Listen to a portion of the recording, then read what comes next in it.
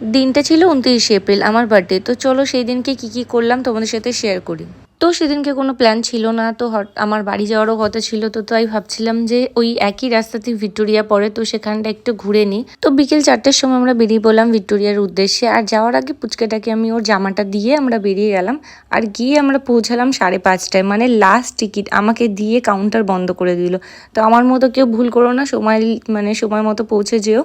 আমরা তো সেরকমভাবে কিছুই দেখতে পাইনি, সব কিছুই মানে পুরো বন্ধই হয়ে যাচ্ছিল। আর আমাদের তো মন খারাপ হয়ে গেছিলো, কারণ না আমরা ঠিক মতো ছবি তুলতে পেরেছিলাম, না আমরা ওখানে বসতে পেরেছিলাম। তো দেখো আমার বোন বাইরে এসে ছবি তুলছে আমার ছেলের সাথে। আর আমার অবস্থা দেখো, আমার নিজের আইসক্রিম শেষ করে আমি আমার ছেলের আইসক্রিম খাচ্ছি। তো যাই হোক, তারপর ওখান থেকে বাড়ি চলে আসি। আর বাড়ি এসেই দেখছি আমার হাজবেন্ড আমার জন্য কেক বানাচ্ছে। তো সমস্ত কিছু সেই বানায়, আর লাস্টে আমি একটু ক্লে দিয়ে একটু ডেকোরেশনটা বানাই, কারণ সেরকম কিছু ছিল না। তো চাইলেই সে কিন্তু কেকটা কিনে আনতে পারতো, কিন্তু আমি ঘরের কেক পছন্দ করি, তাই জন্য সে বাড়িতেই কেক বানিয়েছে। তো থ্যাংক